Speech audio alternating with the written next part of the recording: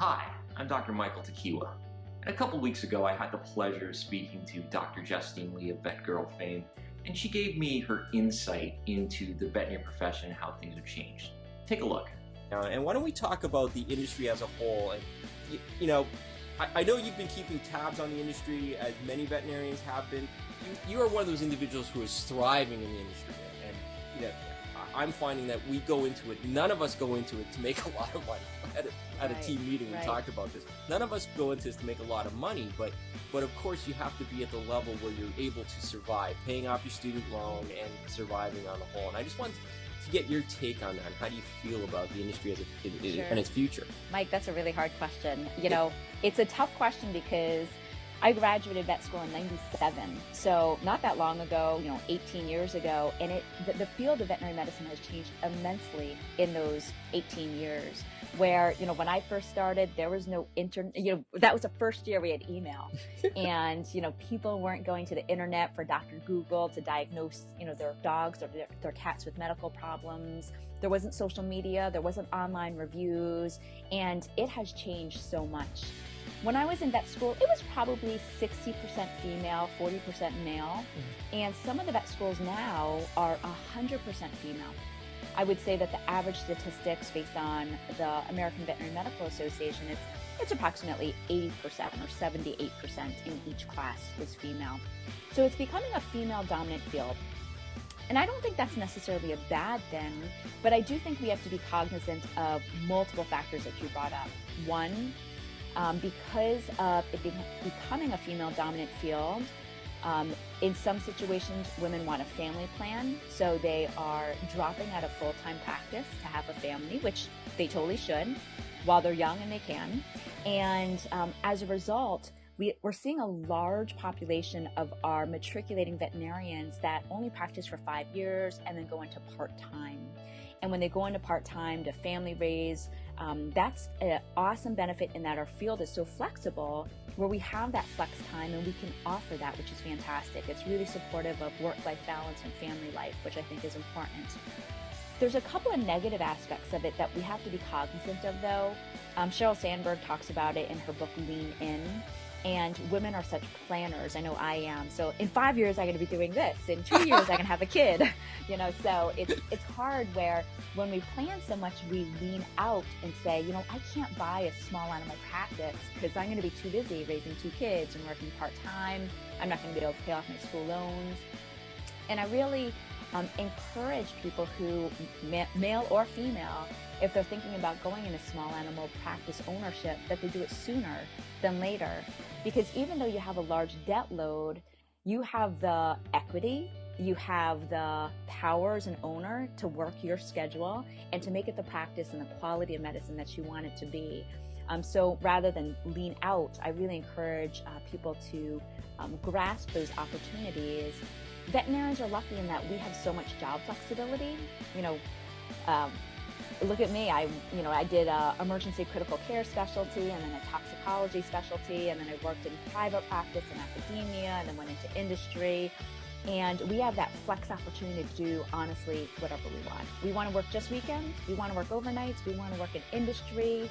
We want to be a zoo vet or, travel across the world and spay and neuter. There's so many opportunities in veterinary medicine. I guess the cons are we, as a profession, and this is my generalization, we don't pay ourselves well. And I think we undervalue, if someone has financial constraints, we are such a giving profession where we're like, well, that's okay. You can just, bake me 6 apple pies, right? Oh, yeah. And yeah. So it's really hard to pay off our school loans with apple pies or cookies or things like that. We totally appreciate it, but it is something where it's hard. When I graduated Cornell almost 20 years ago, I walked out with $100,000 in school debt, and I was really stressed from it. It really stressed me out. My first 2 years of veterinary school, I worked 3 jobs, during veterinary school, and then, when you do an internship and a 4-year residency, you delay your student loans even more, and that interest really compounds. So it is a huge stress factor where in human medicine, or even in human dentistry, or even in human nursing, you would make more money and recoup that salary back and be able to pay off your loans. So whether or not, I think pamphlets should be made encouraging people not to go to vet school, I'm not sure about that.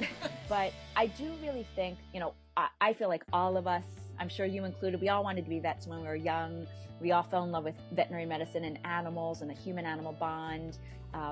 But I do think people need to be cognizant. 8 years of school and 8 years of school debt, when you make an average between 60 to 80 to 100,000 you get out, it's really hard to pay that off when you have a mortgage and you have to put kids through college also. And I'm super happy, I'm sure you are too, because I feel like we have pretty good work-life balance and try to keep it real, but I really feel for the newer generation or the millennial veterinarians in trying to balance being a mom, working part-time, and paying off their school loans. So I do think it's a big issue that's going to affect our profession.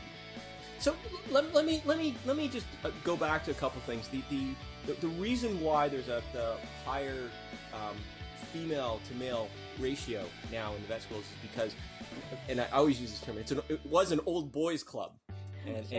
and you see that with the retiring selling practice owners. There are really a bunch of men selling and so forth, and one of my classmates enjoyed the ratio of male to female.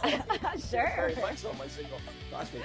But the reason that exists, and that is changing the dynamics of the industry. But as you say, I mean, I look at the reason what attracted me to the profession was that I always use the term jack of all trades. The ability to do so many different things. That a human neurosurgeon told me that he goes. My life's okay, but you know what I do most of the time? I do carpal tunnel surgeries, and it's not exciting. I get the odd brain tumor or something you say.